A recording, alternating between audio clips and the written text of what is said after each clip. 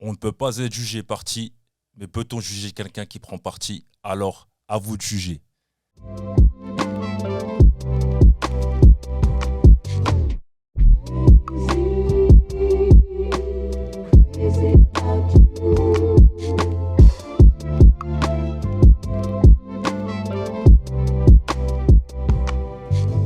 Salutations à toutes et à tous, bienvenue à bord de la Haute Sphère, Cause Mon Hôte, l'émission qui prône la vulgarisation et la transmission pour l'élévation. Moi c'est Audrey, enchanté. Youssoufa disait, sans deck, les beaux parleurs peuvent mentir, c'est les actions qui comptent. Je n'écoute pas ce que les gens disent, je regarde ce qu'ils font. Effectivement, on a le triptyque idée, projet, action, mais beaucoup d'entre nous restons au stade du projet qui est une simple velléité. Dans un passé pas si lointain, on disait que les paroles s'envolent, les écrits restent. Sauf qu'à l'heure actuelle, les paroles ne s'envolent plus, les écrits restent, mais aussi les actions. Effectivement, aujourd'hui, on reçoit un homme d'action qui est sur le terrain du social depuis une vingtaine d'années, mais aussi un homme de conviction et enfin, un homme de parole. Oui, de parole, car il est présent dans plusieurs médias, mais surtout, il anime son propre média avec un fond blanc et des lettres vertes, avec un titre symbolique, mais surtout un gimmick connu qui est les bails, les airs, vous connaissez la suite. Aujourd'hui, on reçoit comme hôte Aboubacar Sakanoko, alias Black 10, mais plus connu sous le nom de Booba. Salut Booba, comment vas-tu? Très bien, on est là. On se relève un peu d'une petite maladie vite fait là, mais ça va. Ok, On se maintient. ok. Alors, le décor posé, c'est les jeunes et les anciens. Conflit de génération, on va parler de ça aujourd'hui. Est-ce que tu peux te présenter, s'il te plaît?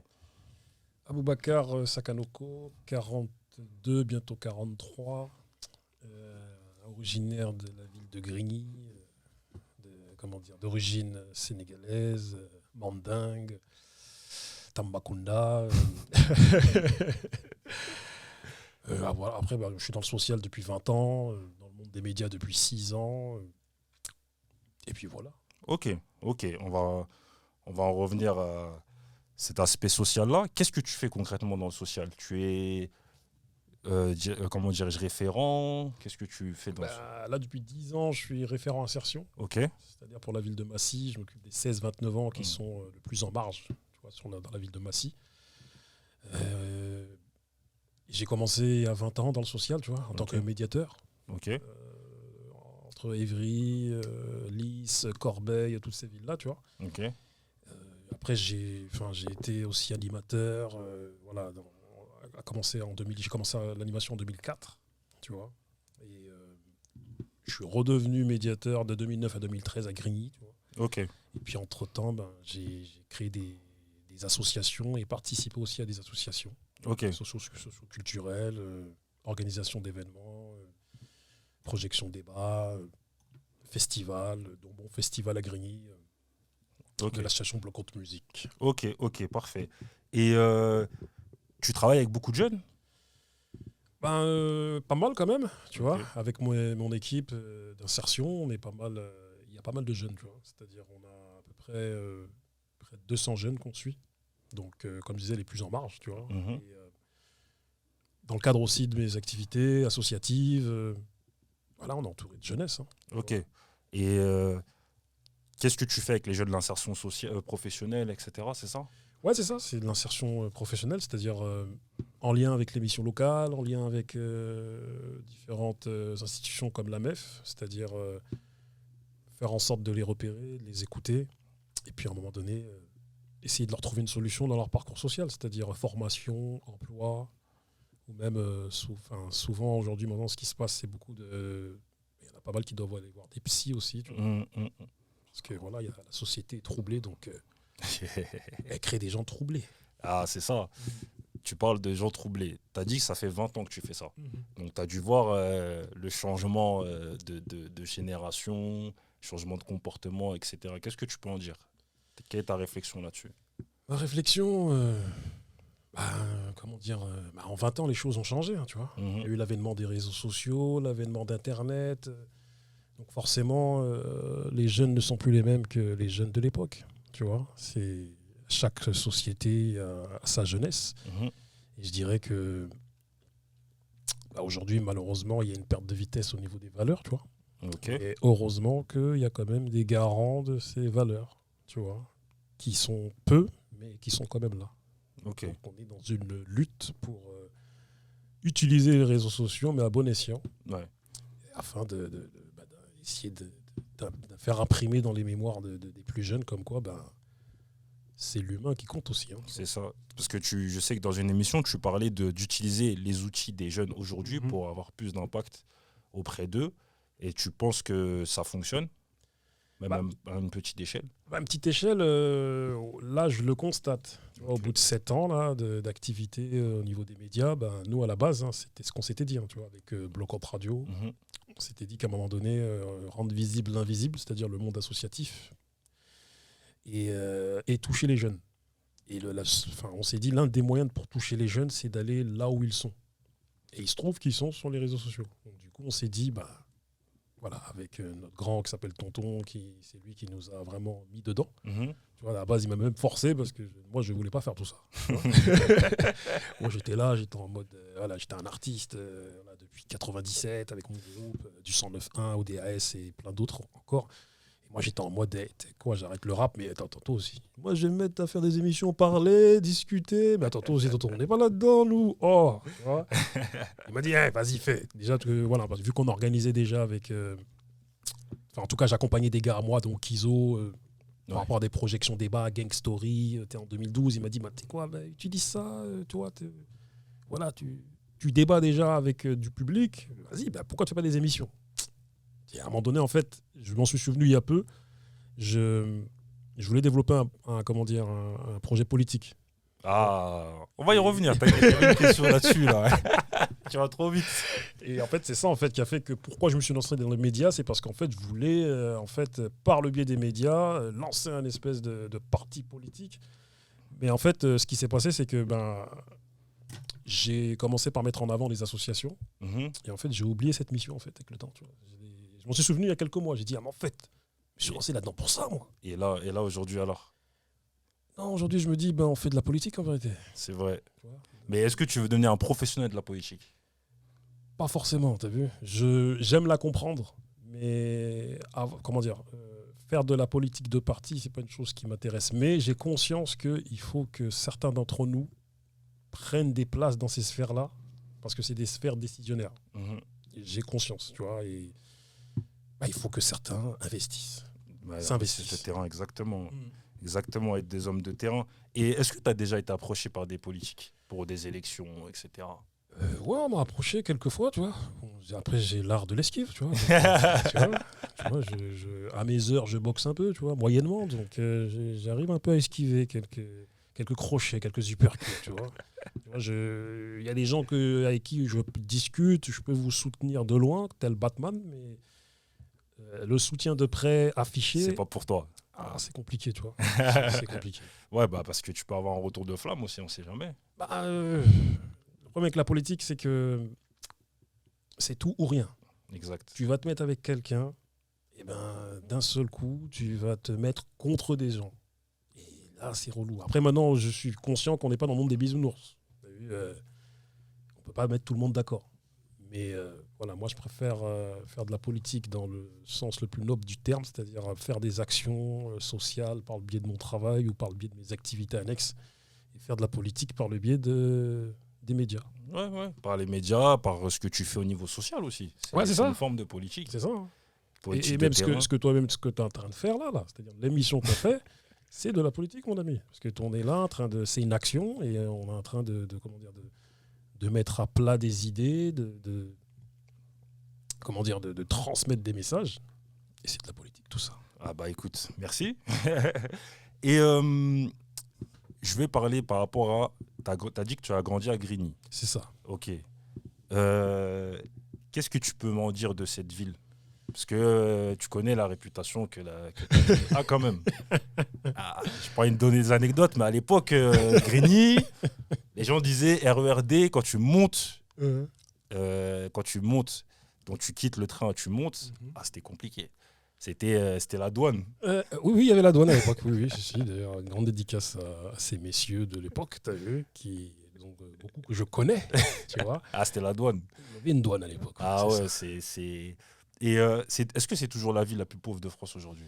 Ou... Il me semble que Roubaix et Aubervilliers sont passés devant, me semble-t-il, parce que c'était Ok. la ville la plus pauvre de France en 2017. Ok. Tu vois, et entre-temps, malheureusement, il y a des villes qui sont passées au-dessus, tu vois. Ok. Et t'es toujours autant attaché à Grigny?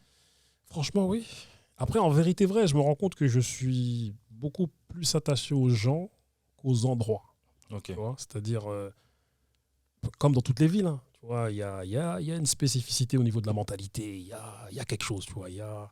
Après, Grigny, c'est particulier parce que nous, on est dans un délire comme les Marseillais, là, tu vois. Un mec de Grigny, il aime Grigny.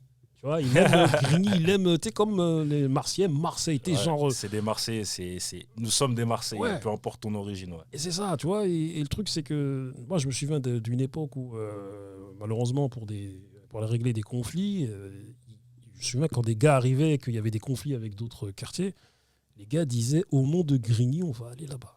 Et c'était même pas au nom de soi-même, hein, c'était pour la réputation de Grigny, non, c'est pas possible. Et c'était un truc de viking, tu vois, en mode, vas-y, comment ça? Non, sinon les gars ils vont dire que à Grigny, nous, à la réputation de Grigny était très importante avant, tu vois. Ouais. Et malheureusement, après, voilà, il y a eu des faits qui ont fait que, à force de vouloir défendre des choses dans la violence, il y a des choses qui se passent, qui sont très mal passées. Mais au-delà de ce qu'on peut croire de Grigny, c'est beau. Il y a de la verdure. Hein. Il y a beaucoup de verdure à Grigny, tu vois. C'est vrai. Il y a des bâtiments en serpente, là. Il y a de la verdure.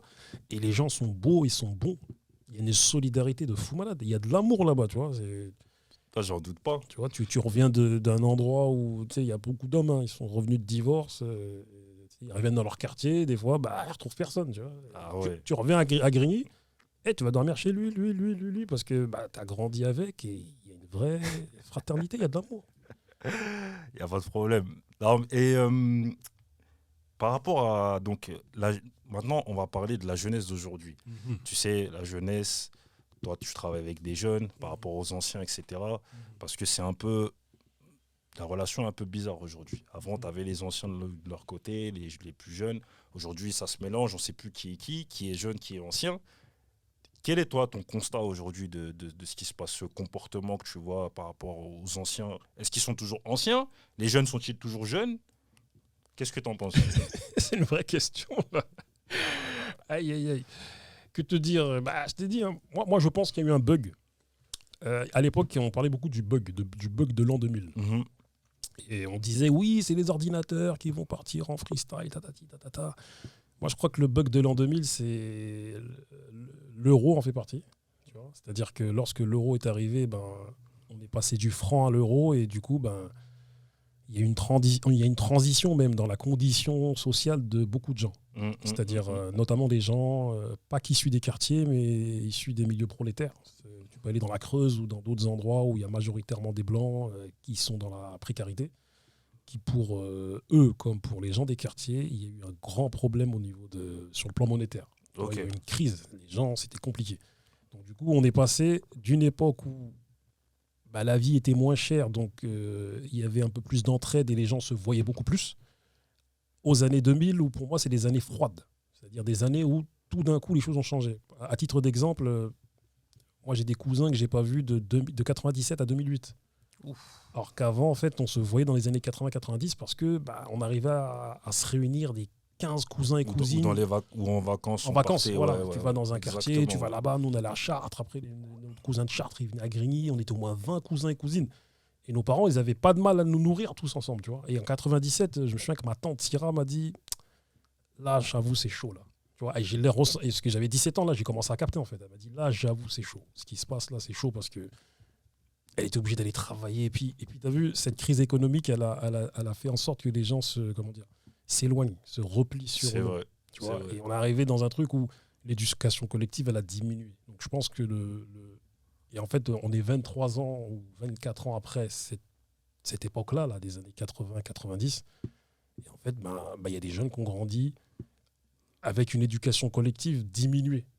Tu vois, nous, on a grandi dans souviens-toi les années 90 où avais toujours des cousins, des oncles qui arrivaient le vendredi soir, et vas-y, Partait le dimanche et qui soir. repartaient le dimanche soir, Ouais. parce que c'était comme ça, en fait. Dernier train. C'était comme ça qu'on vivait, tu vois. Ouais. Et du coup, je pense que cette jeunesse qui a grandi aujourd'hui, elle n'a pas forcément grandi avec cette éducation collective et toutes ces habitudes que nous, on avait de se voir, de se côtoyer. C'est vrai. Après, là, tu le vois aussi avec les réseaux.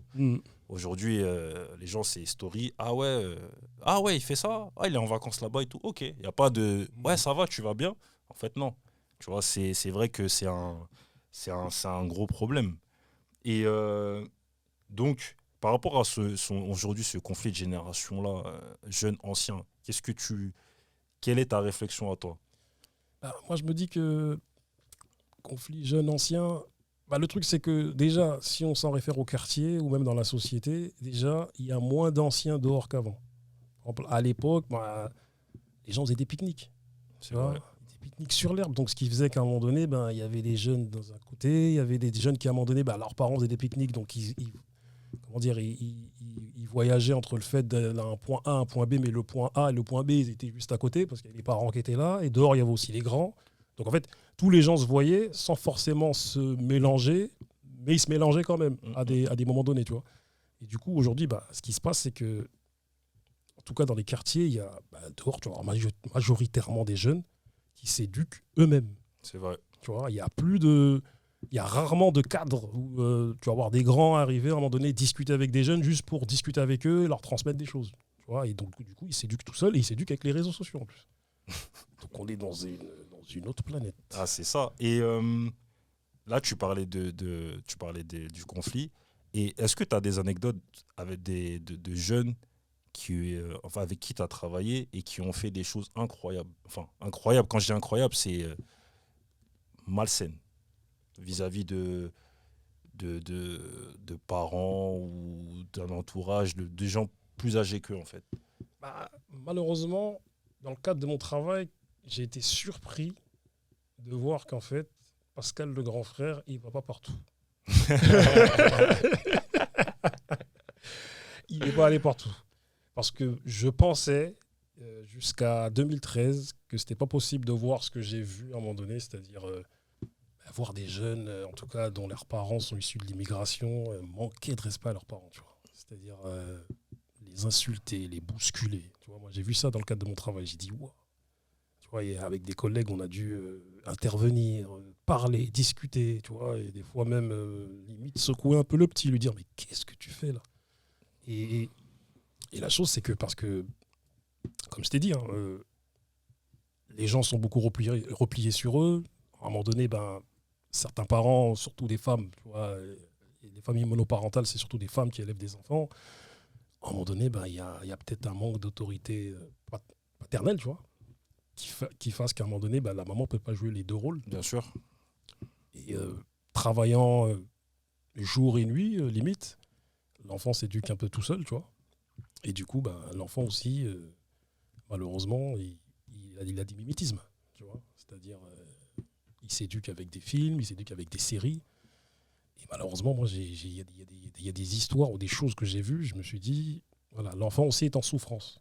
Ouais, exactement. Souvent, on est là en train de dire oui. C'est un cri d'alarme, en fait. C'est un cri. Tu vois, Mais t'as une anecdote particulière par rapport à ça? Moi, j'ai une anecdote. Un jour, un gars à moi, un éducateur qui vient me voir, qui me dit, mais Bouba, récemment, j'ai un petit dont son père, enfin le petit a fugué. Mm-hmm. Son père, maintenant, se met à le rechercher. Et maintenant, à un moment donné, son père le retrouve dehors, avec ses potes. Donc, il dit à son fils, vas-y, viens à la maison, viens, rentre. Maintenant, ce qui se passe, c'est que le fils ne va pas rentrer, mais vient sur son père et commence à enclencher son père, c'est-à-dire lui mettre des droites. Ses potes autour font la même chose. Font un guet-apens à son père. J'ai dit, quoi? Il m'a dit, frérot, voilà, on était obligé d'intervenir, voilà, régler toutes ces histoires-là, tu vois. Mais voilà, il y a des histoires comme ça qui, je me souviens, nous, issus d'un certain milieu, c'était impossible à entendre avant, tu vois. Là, aujourd'hui, ça l'est, mais c'est des faits rares. Mais en tout cas, je l'ai entendu. Et, enfin, en tout cas, voilà, un de mes amis éducateurs m'en a fait part et ça m'a choqué. J'ai dit, voilà, c'est chaud, là. Et est-ce que tu interviens au niveau de tout ce qui est RICS? Ouais, dans le cadre de mon travail, c'est ce qu'on a fait aussi, tu vois, Mm. notamment sur Massy, avec une entité qui s'appelle Soparks. On a mis en place différents débats pendant 1 an et demi. Dans ces débats-là, il y avait des jeunes concernés, des jeunes non concernés, des grands de l'époque qui étaient dedans. Donc la première étape, c'était vraiment, le thème, c'était les rixes interquartiers sont-elles un héritage des grands des quartiers? Donc du coup, ce qu'on a fait, c'est qu'on a fait des débats dans les 4 secteurs de Massy. À la fin de la première semaine, on a enregistré ces débats sous forme de podcast, comme ici. Pendant la deuxième semaine, on a fait visionner ces débats-là aux 4 quartiers de Massy avec les jeunes. Et en fait, on a décrypté à chaque fois, parce que les jeunes se voyaient, en fait, ils voyaient leurs concurrents. Donc du coup, à chaque fois, on a décrypté, on a fait des arrêts sur image afin que chacun puisse expliquer, tu vois. Et à la deuxième semaine, ce qu'on a fait, c'est que la deuxième étape, c'était sur aussi une ou 2 semaines, me semble-t-il, où là, on a fait intervenir les parents et les grands qui viennent dans chaque quartier discuter avec la jeunesse. Et du coup, il y a eu des échanges très intéressants pour finir sur un grand débat avec les institutions, mairie, police, parents, grands. Et du coup, en fait, le travail a apporté ses fruits parce que des jeunes qui, à un moment donné, ne pouvaient pas rester dans la même pièce, étaient dans cette même pièce et sont prêts aujourd'hui à faire même des séjours interquartiers, des activités interquartiers, chose qu'on est en train de faire là. Tu vois, on a fait des maraudes interquartiers il n'y a pas si longtemps, séjours interquartiers qui vont avoir lieu. Et on a fait aussi intervenir une équipe de Villiers-sur-Marne et de Champigny, dont 2 jeunes, plus leurs référents aussi, pour qu'ils viennent témoigner de la manière dont ils ont éradiqué ce phénomène entre Champigny et Villiers-sur-Marne. Magnifique. Et du coup, en fait, à l'écoute de leurs témoignages, notamment des jeunes, le jour du grand débat, il y a des jeunes des quartiers de Massy qui ont regardé, ils ont dit, attends, ils ont réussi à... Attends, écoute. À un moment donné, je vois un petit qui est là, son pote lui parle dans l'oreille, il dit, attends, écoute ce qu'il raconte, lui. Et du coup, à l'issue de ce discours-là, on a proposé un séjour interquartier, les jeunes ils ont dit, nous, on veut juste aller en vacances. Peu importe avec qui on y va. Vas-y, on y va. Tu vois est-ce que tu penses que l'ennui peut entraîner ce phénomène de rixe-là? Quand les gens galèrent dans les quartiers, ils ont rien à faire, ils se disent, bon, on va créer une petite animation, en gros, on va s'embrouiller avec tel. En plus, le phénomène des réseaux sociaux, est-ce qu'il n'amplifie pas cette chose-là? L'ennui, c'est le... Tu sais, il y a longtemps, j'avais lu une expression française qui dit que ne rien faire, c'est succomber à toutes les tentations. Et franchement, quand à un moment donné de ma vie, j'ai rien fait, j'ai dit ah oui. J'ai dit ah ouais, je fais rien là, ouais, ça part en freestyle mon frère, tu vois. Et heureusement mes parents ils étaient là pour me recadrer, me dire hey, vas-y, va travailler là, tu fais quoi là, tu vois. Et on se rend compte que dans les quartiers, il y a un ennui qui est anormal. Et du coup, de fait de cet ennui-là, malheureusement, certains jeunes des quartiers peuvent être attirés par le mal, par le fait de cet ennui anormal. Et les réseaux sociaux et peuvent être aussi attirés par notamment ces rixes interquartiers. Et les réseaux sociaux, comme tu disais, ils amplifient ce phénomène dans la mesure où... Ils exacerbent ça, ouais. Ah, tu snaps. On a vu, on a réglé des problèmes de rixes dans d'autres villes encore, tu vois, où les mecs se snappaient. Tu vois, ils tapent quelqu'un et snappent en même temps. Et du coup, tu propages ça, humiliation... c'est un peu compliqué, tu vois. J'imagine. Donc là, on va passer à une réflexion que j'aimerais te soumettre. Dis-moi tout. Je parlais avec un ami là, il y a quelques semaines et il me disait que les jeunes d'aujourd'hui, ils ne connaissent pas l'ennui. Dans le sens où, je m'explique. Quand tu étais plus jeune, tu as dû connaître ça, tu n'avais pas forcément tout au niveau des jeux vidéo, tu avais peut-être 1 ou 2 jeux vidéo que tu finissais, que tu connaissais par cœur. Des films, pareil, que tu voyais ou bien tu allais au vidéoclub, tu prenais. Aujourd'hui, tu as tout ce qui est Netflix, Disney+, etc. Ce qui fait que les petits, ils ont tout. Maintenant, ma question est de savoir, est-ce que tu penses que le fait d'avoir tout, comme on dit, tout excès nuit, est-ce que tu penses que le fait d'avoir tout, c'est pas créateur en fait d'une comment dirais-je, d'un manque de valeur en fait, le fait de sentir la valeur des choses. Qu'est-ce que tu en penses? Ta question, on en discutait il y a à peine une semaine avec des amis, tu vois. Et comme tu dis, le fait d'avoir tout, et à un moment donné, il y a des jeunes qui ont plus conscience de la valeur des choses, comme tu disais, tu vois. Et moi, enfin, même, tu as vu, il y a des études psychologiques qui parlent de ça. L'ennui, comment dire, ça génère de la frustration, mais c'est de la frustration qui éduque. Et c'est comme dire non à un enfant, tu vois. C'est une frustration ça éduque, parce qu'à un moment donné, il faut lui dire non. Et malheureusement, on est dans cette époque-là où il y a des gens de ma génération, malheureusement, on a manqué de certaines choses. Donc, du coup, on se dit, vas-y, je vais tout donner à mes enfants. Mais en leur donnant tout, en vérité, ça génère des problèmes. Bah, c'est ça. Parce qu'on a créé des fois des enfants rois. Exactement. C'est compliqué, frère. Franchement, c'est compliqué. Et tu peux même pas leur en vouloir. Parce que tu te dis, c'est nous qui les avons éduqués de cette manière-là. En leur donnant tout. Et en fait, ils n'ont pas cette sensation de manque. C'est ça. Par exemple, nous aujourd'hui, même à nos âges, je regarde mon téléphone, je me dis, mais c'est une dinguerie quand même. Avant, il fallait aller à la cabine téléphonique, faire la queue.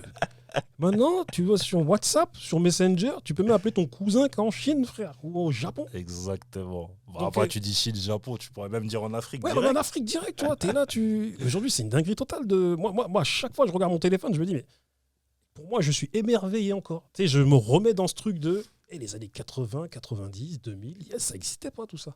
Tu vois. Et parce que, comment dire, on a connu le rien. C'est ça. On a connu le manquement. C'est ça. Donc, du coup, aujourd'hui, en fait, on savoure même. Moi, je savoure encore. Hein, j'ai un S22, moi, j'ai pas un iPhone, hein, tu vois. Et je me dis, même quand j'ai eu mon S22, je dis, oh là là, ça va plus vite. Oh, truc de fou. Oh là là. Ouais. J'étais content, frère. Tu vois. Et je vois même sur les réseaux. Voilà, moi, je me souviens d'une époque où, quand on organisait des événements où on faisait la promo d'un projet musical, il fallait aller coller des affiches. Exact. Aujourd'hui, affiches digitalisées, Instagram, Ziac. C'est un délire. WhatsApp, Ziac. Les gens ils regardent, vas-y, ça dit quoi, je vais venir. Ouais, c'est ça la valeur des. Ça, c'est un truc que tu pourrais lancer en débat. Hein. Ouais, ça serait pas mal. Parce que la valeur des choses, c'est super important. Ouais. Tu sais, là ça me fait penser à quelque chose. J'ai eu une discussion un jour avec une fille et elle me parlait de son fils, tu vois. Elle me disait, ouais, en gros, elle voulait le juste milieu par rapport à son enfant, tu vois. Pas trop lui donner, mais en même temps lui donner, tu vois. Et moi, je lui disais, t'as pas le choix, en fait. Parce qu'aujourd'hui, tu es dans une génération où tout est visible. C'est-à-dire qu'à l'époque, quand les gens, dans les quartiers, ils partaient en vacances, tu sais, t'avais des gens issus du Maroc qui partaient en vacances en camion, en plusieurs familles. Tu voyais pas ce qui se passait chez eux. Tu vois, tu savais pas ce qui se passait en vacances.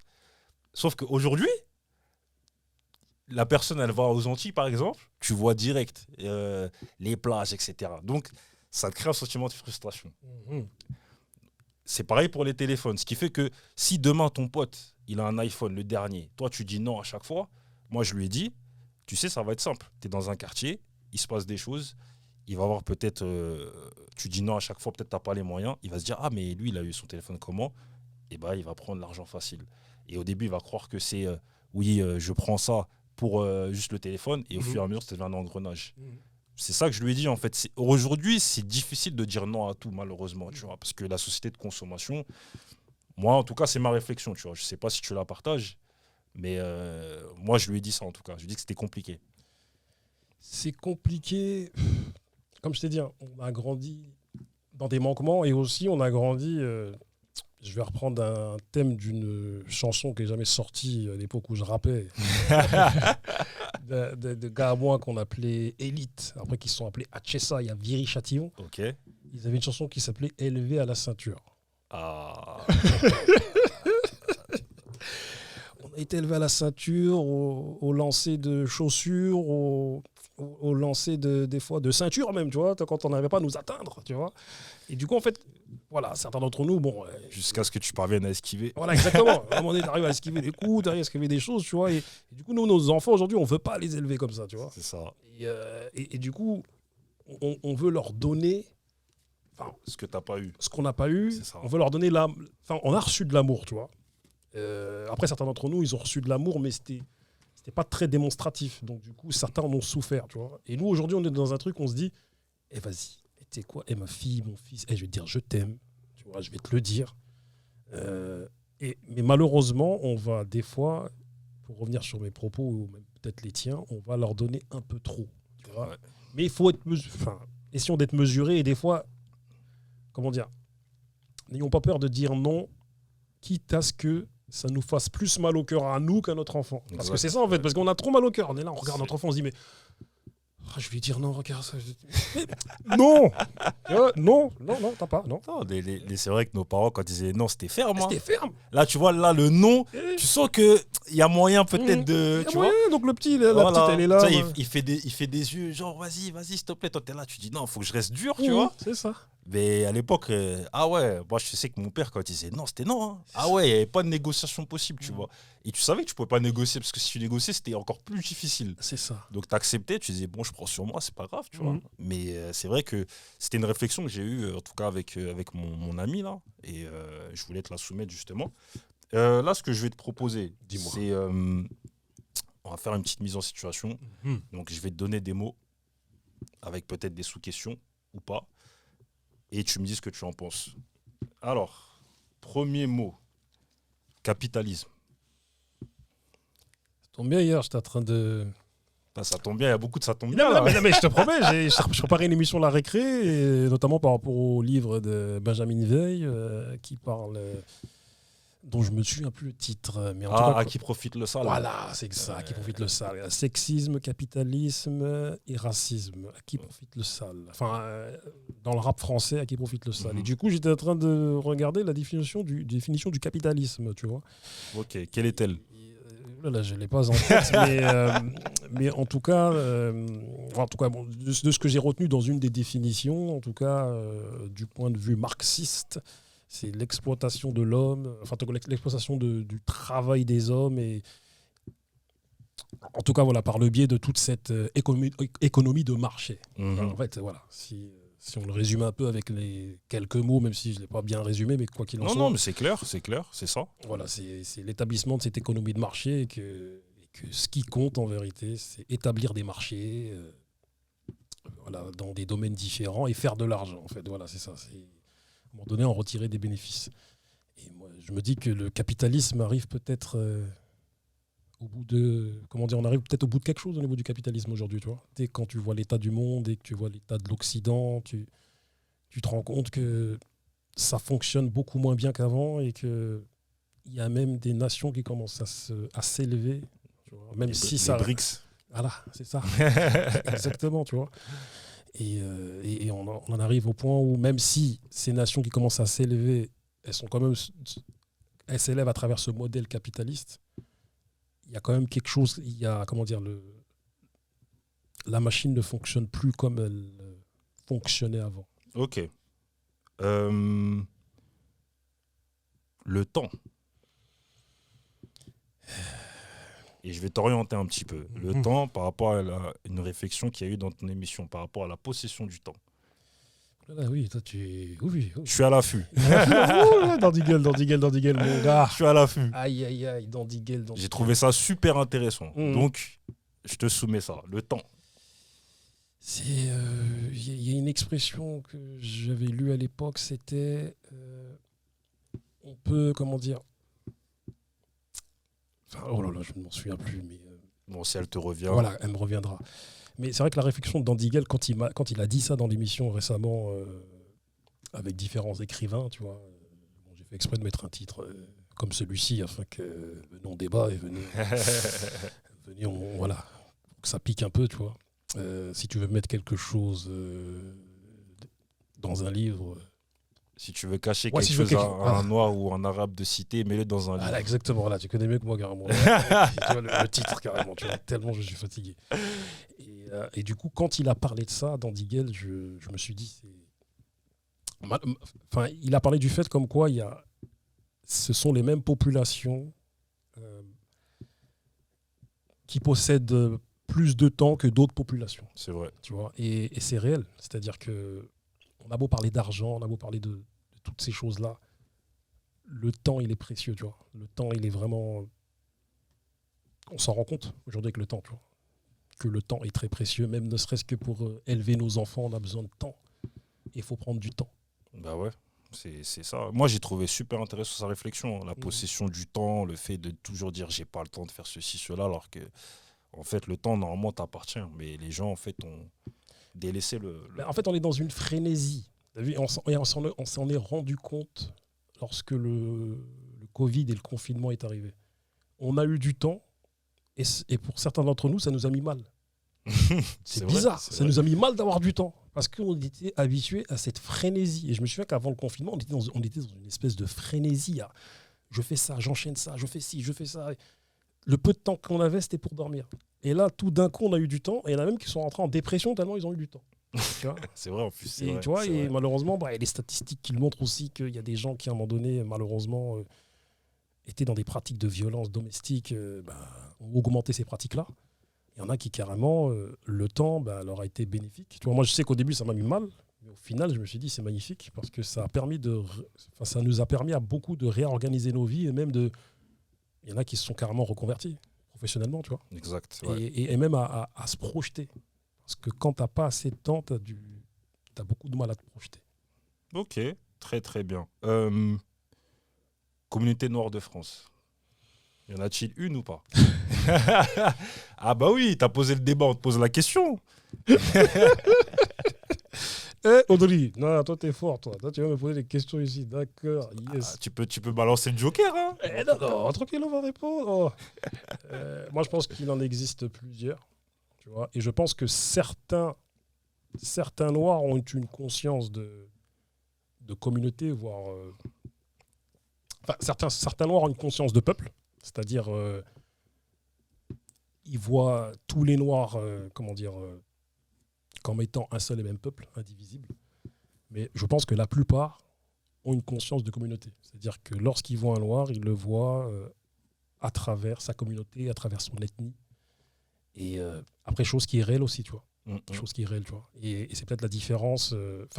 Même si les autres communautés aussi ont ces organisations-là, c'est-à-dire en termes d'ethnie, en termes de communauté aussi.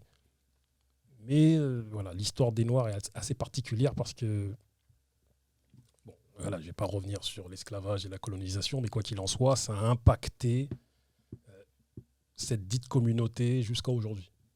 Il y a un manque cruel et réel d'unité entre les communautés qui forment entre ces communautés qui forment un même peuple. Tu vois, parce que les gens sont solidaires entre communautés. Par exemple, la communauté comorienne, très solidaire. Communauté malienne, très solidaire. Congolaise aussi, les gens sont solidaires entre eux. Tu vois, ah bon, je vois que tu... tu vois, les gens sont, en tout cas, voilà, à chacun à son échelle en tout cas, mais les gens se voient, se reconnaissent entre eux, entre gens de la même nationalité, entre gens qui parlent la même langue. Tu vois. Mais... la plupart des gens qui ne parlent pas la même langue et qui sont noirs n'ont pas forcément cette conscience de peuple. Ok. Racisme noir maghrébin. Qui dit racisme communautaire. J'ai vu ce terme-là sur iTélé, c'était marrant. Je savais pas que ça existait, le racisme communautaire comme ils disent, mais... Réflexion. Racisme noir maghrébin, on l'a traité 2 fois. Me semble-t-il. Peut-être même 3. Hein.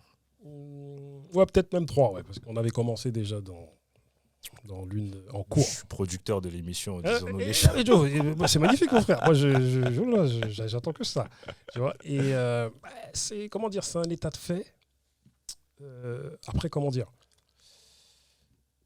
selon moi, en tout cas en France, cette espèce de racisme qu'il y a entre des Maghrébins et certains Noirs et certains Maghrébins, entre eux, il est moins présent que jadis, tu vois. Parce qu'aujourd'hui, il y a une jeunesse qui se mélange peut-être un peu plus. Tu vois, c'est-à-dire qu'avant, on était mélangés, mais il y avait malheureusement des choses qui n'étaient pas dites, tu vois, des non-dits, tu vois, parce que aussi dans ma génération et celle d'avant, les gens leurs parents venaient direct du pays, tu vois, donc moi Moi, ce que je pense, c'est qu'à un moment donné, il faut différencier aussi ce qu'on appelle le racisme et la peur de l'autre. Tu vois, il y a des gens qui ont peur de l'autre et on va les qualifier de racistes alors qu'en fait, ils ont une préférence culturelle en vérité. Tu vois. Donc moi, je pense qu'il faut différencier le racisme de la préférence culturelle et de la peur de l'autre aussi. Tu vois. Et aujourd'hui, il y a une génération des mecs, ils ont 24, 25 ans, 18, 17. Dû aussi à un fait, jadis, il y avait beaucoup plus de Maghrébins dans les quartiers, en tout cas, banlieue parisienne, parce que les Maghrébins, en tout cas, au niveau de l'immigration, des Africains noirs et des Antillais sont arrivés avant, tu vois. Et du coup, beaucoup de Maghrébins aujourd'hui sont, en tout cas dans les banlieues parisiennes, habitent aujourd'hui dans des zones pavillonnaires. Exact. Tu vois, parce qu'il y a eu de l'investissement, parce que ils détenaient aussi des commerces et tout ce qui va avec. Donc. Et du coup, il y a eu une récente immigration des populations maliennes, beaucoup soninké aussi, qui est arrivée il y a quelques années, il y a 20 ans.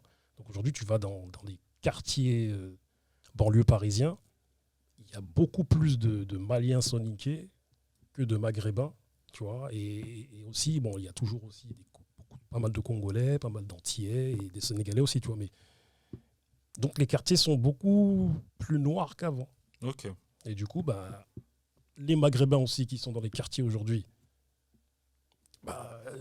influencés par tout ça là, tu vois.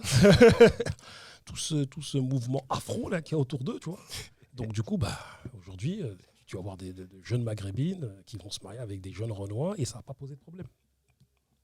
Ok. Et tant mieux, c'est très bien comme ça. Métissez-vous. Deux dernières. Discrimination positive. Comment on appelle deux mots qui... Oxymore. Ah là, un oxymore. Un magnifique oxymore. Magnifique. Figure de style. Exactement. Discrimination positive. Ce qui est marrant, c'est que... T'étais pour il y a un moment donné. J'ai cru comprendre que t'étais pour. Quel est ton positionnement aujourd'hui? En vérité, il y a pas... Je suis contre, mais pour. Mais contre quand même. Mais je suis quand même pour. Parce qu'en fait, il n'y a pas le choix. C'est-à-dire... Voilà, on vit dans une société où malheureusement il y a des discriminations qui sont liées à la couleur de peau, liées à l'origine sociale. Et du coup, il y a des domaines dans lesquels il y a des gens issus de certaines communautés, de certaines origines sociales, dans lesquels ils ne pourront jamais accéder si on ne rentre pas dans cette espèce de dispositif, dans ces dispositifs liés à la discrimination positive. À titre d'exemple, l'ENA. Sciences Po, je veux dire. Tu vois, Sciences Po, à un moment donné, carrément, si vous mettez ça en place, c'est que vous constatez qu'il y a de la discrimination. Donc, à un moment donné, je pense qu'il faudrait l'appliquer dans d'autres encore domaines. Parce que franchement, ne serait-ce que dans le domaine dans le domaine audiovisuel, à l'Assemblée nationale. Faites-le aussi. Parce qu'il n'y a pas le choix, dans la mesure où il y a la discrimination en France. Et malheureusement, je suis contre, mais... Les faits plaident pour, c'est ça? Voilà, exactement. Ok. Et le dernier, réseaux sociaux. Quelle est ta réflexion? Je dirais un bon outil, tu vois. Mais malheureusement aussi, c'est... l'outil aussi qui rend, qui rend et qui a rendu et qui va rendre addict pas mal de gens aussi. Mais c'est un très bon outil de communication. D'échange. Exactement, c'est ça. Ok. En parlant de réseaux sociaux, on va parler un peu du Booba, homme des médias. Mmh. Alors, t'as créé ta première émission quand? Et quel est le nom? La première émission, c'est Dis-nous les choses et c'était en 2016. Ok. Et Blockout Radio, c'est quoi? En fait, Blockout Radio, c'est une branche de l'association Blockout Music. Ok. Et du coup, Blockout Music, c'est principalement de l'événementiel, dont un festival qui s'appelle Mon Festival, dans lequel l'année dernière, il y avait quelqu'un comme Central C qui est venu, Oh, bien. Il y a pas mal de gens. Enfin, on essaie chaque année en fait de le mettre en place sur Grigny. Mhm. Voilà, ça a commencé en 2009-2010. On a invité 200 artistes à venir dans différents lieux. Et puis au fil du temps, on a fait en sorte que ça se passe en plein air, à Grigny. Et du coup, voilà, il y a des gens qui sont venus comme Niro, comme Psychiatre de la Rime, Soprano. Et en fait, en première partie, on essaie de mettre en avant des danseurs et des artistes en confirmation. Tu vois. Ok.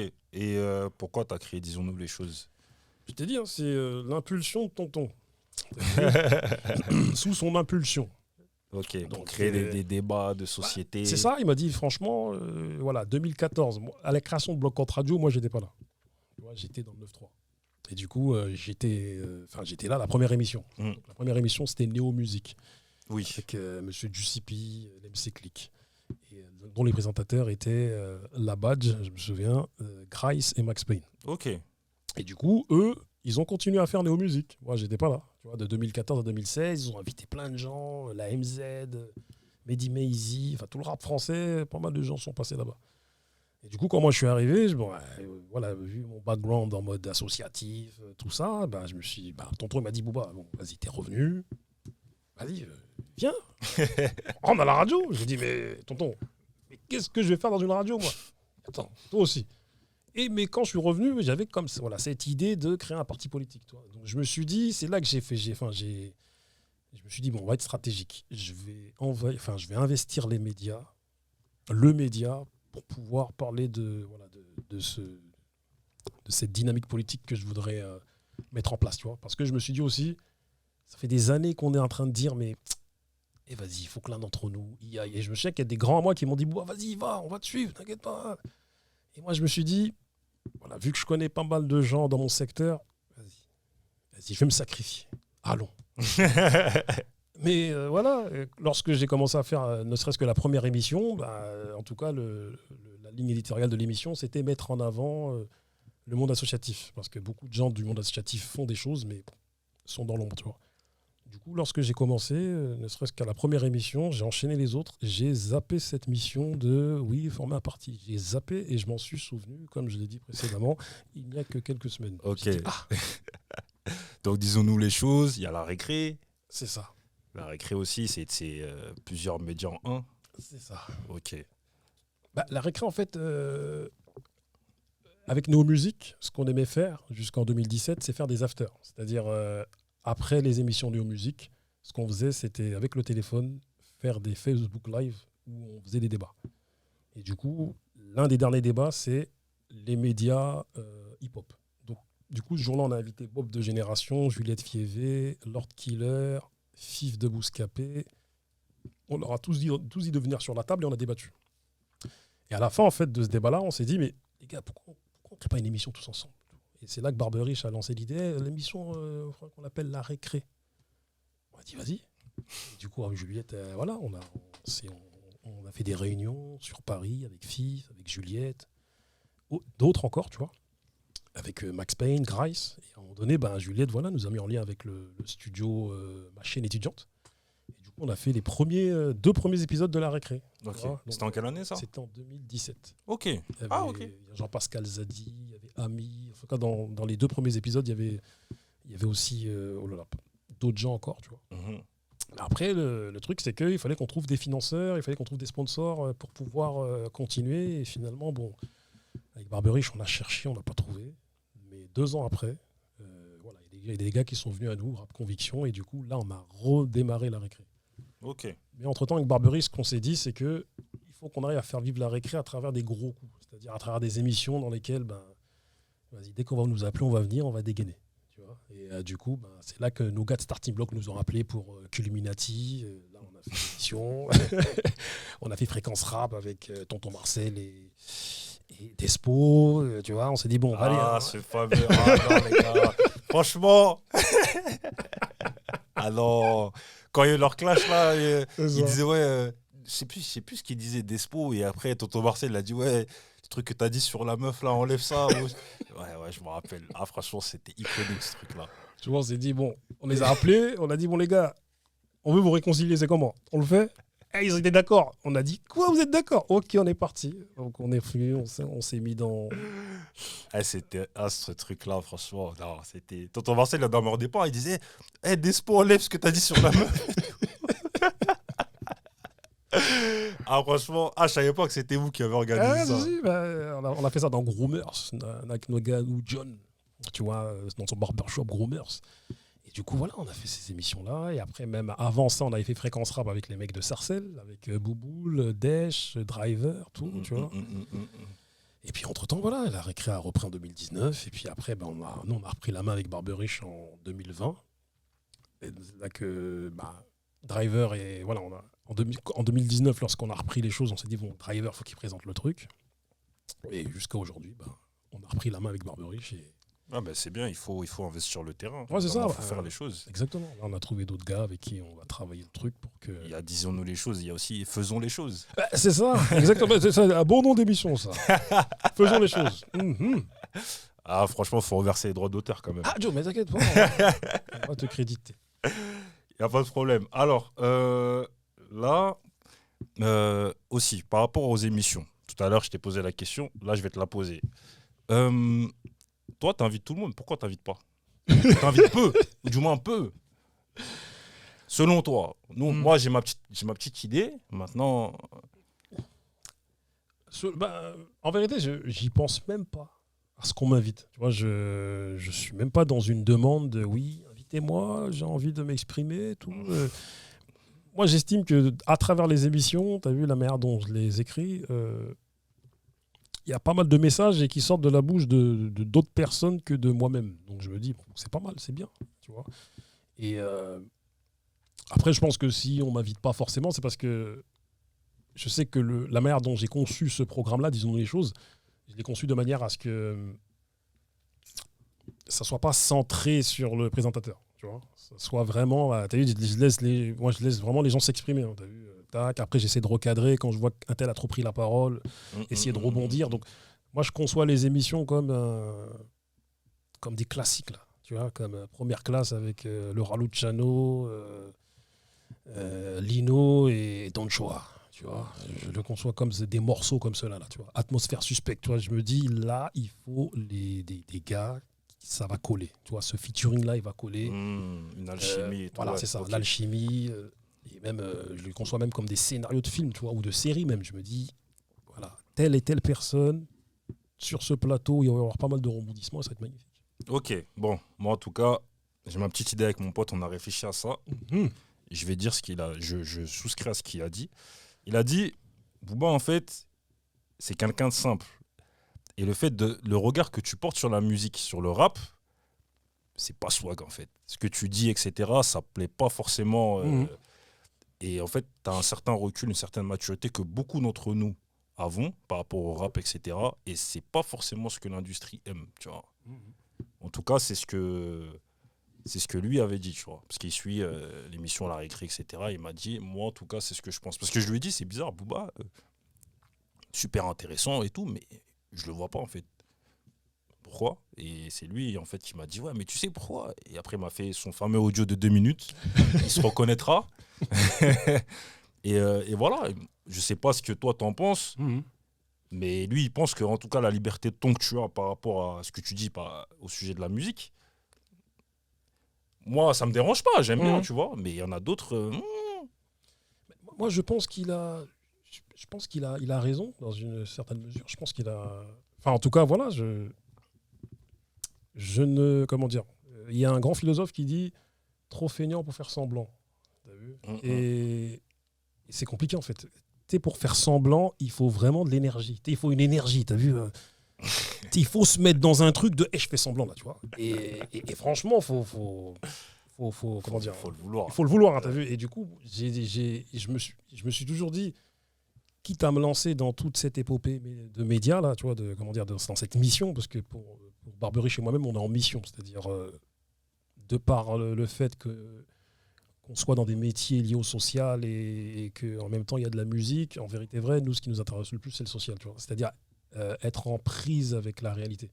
Et du coup, bien sûr que le discours que j'ai, il ne colle pas. Il ne colle pas avec ce qui se passe. Et du coup, ça ne plaît pas à certains, peut-être beaucoup. Il y en a, ils se disent, mais quelle ligne éditoriale je vais le mettre, lui? Regarde ce qu'il raconte. Je m'en fous. Il dit tout ce que, comment dire, certains pensent, mais t'as vu, non, il faut. Exactement. C'est mieux d'être lisse, tu vois. C'est mieux d'être, tu vois. Et je prétends même pas, comment dire. Je prétends juste dire ce que nous pensons avec. Pour beaucoup, il y a beaucoup d'anciens qui pensent ça, tu vois, par rapport au rap et tout, beaucoup. Tu sais, moi, comment dire, il y a le vieux père gang là, tu vois. Tu vois, et j'ai lancé ce truc là, du mouvement du vieux père gang, c'est-à-dire qu'à un moment donné, parce qu'on a passé un certain âge, parce qu'on dit certaines choses, vas-y, vous mettez tes co, tu vois. Les has-been. Les has-been. J'ai dit, ben frère, has-been, il n'y a pas de problème, on est là. Et la voix des has-been, je vais continuer à essayer de la porter. Et puis d'autres has-been vont venir avec moi. T'as bien raison. Parce qu'à un moment donné. Ça plaît à beaucoup aussi. Parce que moi, je me dis qu'à un moment donné, on va pas laisser qu'un seul courant de pensée ou qu'un seul avis, soi-disant émanant de jeunes, tu vois, ou de moins jeunes même, tu vois, mais en tout cas, genre les vieux dégagés. C'est pas comme ça. Non. On est dans une société où moi, je suis pas là pour dire comme quoi, il faut que des vieux. Mais j'ai dit qu'à un moment donné, il faut aussi que les avis soient partagés. Et que, bien sûr. Et c'est quoi j'ai l'impression qu'il y a une dictature du jeunisme et une dictature même du discours. Ça va, qui prétend écouter du rap sans prendre position. Ouais. Pour remixer un peu. Exactement, après, t'as vu. Moi, en plus, le pire, c'est que moi, je suis un vieux père modéré, en vérité. Là, on va parler du rap. Mm-hmm. Ton regard sur le rap, l'histoire du rap, l'évolution, etc. Mais avant ça, toi, t'étais rappeur. Oui, ça m'est arrivé, oui. T'étais rappeur sous le nom de Black 10. C'est ça, oui. Le groupe 109.1. Ouais, du 109.1. Du 109.1, ok. Pourquoi t'as arrêté le rap pourquoi t'as arrêté le rap? Pourquoi ai-je arrêté le rap? En plus, je venais de sortir un projet qui s'appelle Brock versus Black 10 avec mes gars de Brock Records. Une grande dédicace à DPs et Okaz, t'as vu? Et Monsieur Tom aussi, tu vois. Manche disque. Franchement, je suis revenu, bon, tu connais, hein, fait personnel, enfin, en tout cas, voilà, les aléas de la vie, tu reviens, tu rentres à Grigny, voilà, tu te sépares, tu reviens, t'as plus la pêche, tu te dis, bon, le rap là, ça fait longtemps que je rappe, hein, t'as vu, mais je vois que ça prend pas comme ça devrait prendre, et en même temps, enfin, ça aurait pu, parce que franchement, c'est dans une détermination de, vas-y, là, ça va le faire, je pense, tu vois, mais franchement, j'avais plus trop la pêche, tu vois. Du coup, je me suis dit, je me suis jamais imaginé ne plus rapper. Tu vois. Moi, je me suis toujours dit, je vais rapper jusqu'à je sais pas quel âge, tu vois, tout le temps, toute ma vie, tu vois. Et en fait, j'ai lâché, spontanément, tu vois. Et ben, est arrivée aussi la proposition de Tonton, par rapport aux médias. Et en vérité, tu as vu, j'avais cette réflexion dans ma voiture, je me suis dit, mais en fait, est-ce que je me suis arrêté de rapper? Parce que pour moi, faire des émissions, c'est rapper aussi. C'est vrai. Et hier, à chaque fois que je prépare mes émissions, je suis comme quand j'étais dans ma chambre, sauf que je suis dans mon salon. Je prépare mes émissions, j'écris, je me casse la tête à me dire, faut que je rebondisse sur ci, sur ça. En fait, en vérité vraie, j'ai pas arrêté de rapper. Je le fais juste d'une autre manière. Et je trouve que c'est même plus efficace dans la mesure où là, avant, c'était 16 mesures, 8 mesures, 24 mesures. Là, maintenant, là, quand on fait des émissions, ça peut durer 3 heures, 2 heures. Ok, et tu dis que l'industrie du rap ne nous appartient pas. Pourquoi? Comment dire? Déjà, elle n'a pas été fondée par nous-mêmes, même si comment dire, elle utilise les musiques noires, les musiques noires des États-Unis depuis que les musiques noires, comment dire, aux États-Unis, elles ont été exposées. L'industrie les utilise depuis un certain moment, tu vois. Mais il est clair qu'elle ne nous appartient pas dans la mesure où, lorsque tu t'en vas dans des maisons de disques, quand tu t'en vas dans les hautes sphères des maisons de disques, tu ne nous vois pas, tu vois. Et il y a Kojo de Nouvelle Donne, du label Nouvelle Donne de l'époque, qui est venu sur Camos Productions, tu vois, une très bonne émission que je conseille à beaucoup, qui l'exprime, mais d'une très belle manière. Par exemple, à titre d'exemple, Kojo, à un moment donné, il a voulu être... en tout cas, il a été sollicité pour être le patron de Def Jam France, tu vois, à l'époque. Il est parti rencontrer Layer Cohen, me semble-t-il, Russell Simons, même si peut-être que je me trompe, en tout cas, quoi qu'il en soit, il y a été. Il était désigné comme étant celui qui allait être le patron de Def Jam France. Il est revenu en France et il s'est dit, bon, vas-y, tranquille, vas-y, c'est bon, les choses vont aller. Mais on a demandé la validation à M. Pascal Nègre, il a dit, jamais de la vie. Clair, net et précis. Voilà. Ça résume un peu le climat qu'il y avait avant et peut-être le climat qu'il y a encore aujourd'hui. Ok. Et tu parlais aussi, dans une autre émission, la mise en avant d'un certain rap. Sachant que le rap avant, il y avait du texte, etc. Et là, maintenant, c'est la mise en avant d'un certain rap. Ouais, un rap que j'appellerais un rap de gogol, tu vois. C'est pour ça que peut-être quand tu vois des médias rap ne m'invitent pas parce qu'ils disent bon, le mec il va dire attends. En tout cas, nous on t'invite. Mais quoi qu'il en soit, en fait c'est un rap qui est voulu, c'est-à-dire qu'il y a toute une diversité dans le rap. Tu vois, il peut y avoir du rap un peu plus soul, un peu plus comment dire, un peu plus soft, du rap même avec des lyrics un peu plus fournis. Mais voilà, le rap qui est mis en avant aujourd'hui est un rap qui, à titre d'exemple encore, lorsque Lino a sorti son album Requiem, apparemment, des gens de son équipe sont allés voir des radios, dont une radio. Ils leur ont proposé tel morceau. Le patron de la radio l'a dit, ça ne nous intéresse pas ton morceau, là, parce qu'on n'est pas là pour éveiller les consciences. Ouf. Voilà, ça résume un peu tout. Donc tu penses que c'est fait exprès de mettre en avant un certain type de rap? En fait, comment dire, le rap est à l'image de la société, donc il y a un certain type de rap qui aujourd'hui est mainstream, alors que jadis c'était pas forcément ce rap-là qui était mainstream, tu vois. Et la chose c'est que ce rap-là, glorifie rap, sexe et violence et tout ce qui va avec. Exactement. Mais en vérité, ça éveille aussi le côté obscur de pas mal d'êtres humains en fait. C'est vrai. Et beaucoup d'êtres humains sont attirés par ça. Donc ça ne m'étonne pas que ce rap-là ait un très grand succès, même si, tu as vu, je suis très... Enfin, c'est paradoxal ce que je vais dire, c'est que j'en écoute aussi. Parce qu'en vérité, vrai, on a écouté du rap américain, on en écoute toujours. Moi, mon album préféré, c'est Chronique de Dr. Dre de 92. Et Joe, ce qu'il raconte dedans, c'est hardcore. C'est l'apologie de plein de choses, tu vois. Mais c'est tellement bien réalisé, tellement bien produit. C'est un peu comme les séries aujourd'hui, Narcos, etc. Ça glorifie, mais tu vois qu'il y a du narcotourisme en Colombie, que tout le monde se prend pour je sais pas qui. Malheureusement, c'est la société. Ma série numéro 1, que là, je dis c'est chaud, et j'ai regardé le dernier épisode il n'y a pas si longtemps, c'est Snowfall. Tu vois, pourtant, Snowfall, même si ça retrace, c'est assez historique, tu vois. Il y a quand même de la violence de fou malade, tu vois. Mais c'est super bien réalisé, mais j'ai dit, je suis paradoxal. Donc, on est tous paradoxaux. Voilà, on est tous, c'est l'être humain.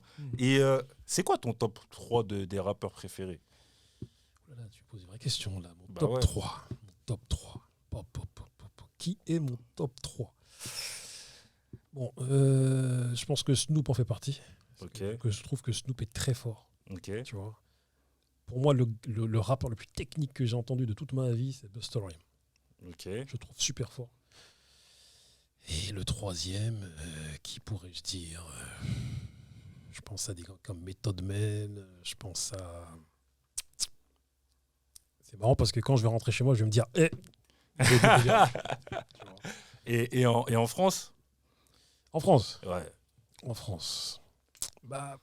Pour moi, le gars qui résiste, qui a résisté, c'est Kerry James. Tu vois, le résistant. Tu vois. Le résistant. Après, tu as eu, de par son discours et même dans sa manière de rapper, d'écrire, même si aujourd'hui il est moins présent, tu vois, mais Kerry James, heureusement qu'il a résisté aux années 2000 avec tout ce qui est arrivé, tu vois, avec l'avènement du rap de gogol, mais tranquille, tu vois. Et je dirais, il y a Kerry James que je trouve fort, il y a... En tout cas, actuellement, dans ces 10 dernières années, un mec que je trouve super fort, c'est Nekfeu aussi. Ok. Je le trouve, ça ne rigole pas, tu vois. Même si, on peut lui faire certaines remarques, en tout cas avant, par rapport aux émotions qu'il pouvait transmettre ou pas, tu vois. Et en troisième, qui pourrais-je dire? J'en ai plusieurs, mais bon, quoi qu'il en soit, il y a un mec que j'aime bien qui s'appelle Flint. Oui, ok. Voilà, je le trouve fort, Flint. Rappeur parisien. Voilà, c'est ça, je le trouve fort. Ok. Là, on passe à la rubrique lecture. Mhm. On parlait de 3 rappeurs, top 3 rappeurs. Là, maintenant, ton top 3 livres. Qu'est-ce que tu recommanderais aux gens qui verront la vidéo? 3 livres. Cheikh Anta Diop, Nation Nègre et Culture. Ok.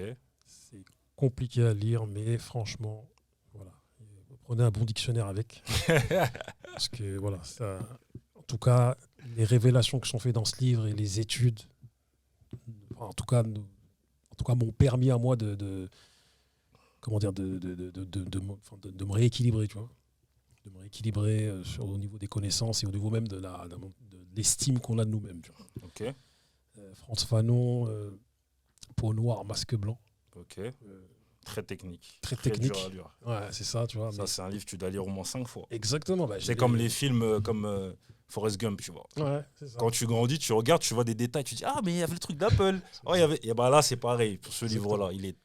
Laisse tomber. Et ce qu'il y a de bien dans ce livre, c'est qu'il décortique en tout cas, en partie, les comportements que les Noirs peuvent avoir entre eux, tu vois. Mais il les décortique avec son prisme, tu vois, avec son prisme psychiatrique, vu que c'était un psychiatre. Exactement. Troisième?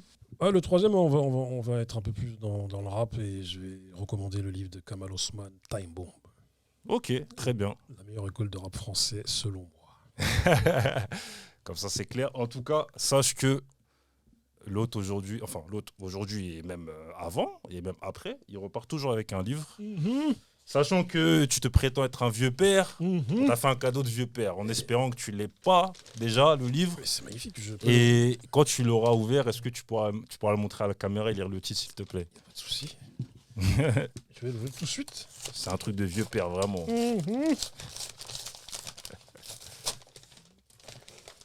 J'espère que tu ne l'as pas déjà. Le roi Jones, le peuple du blues. Voilà.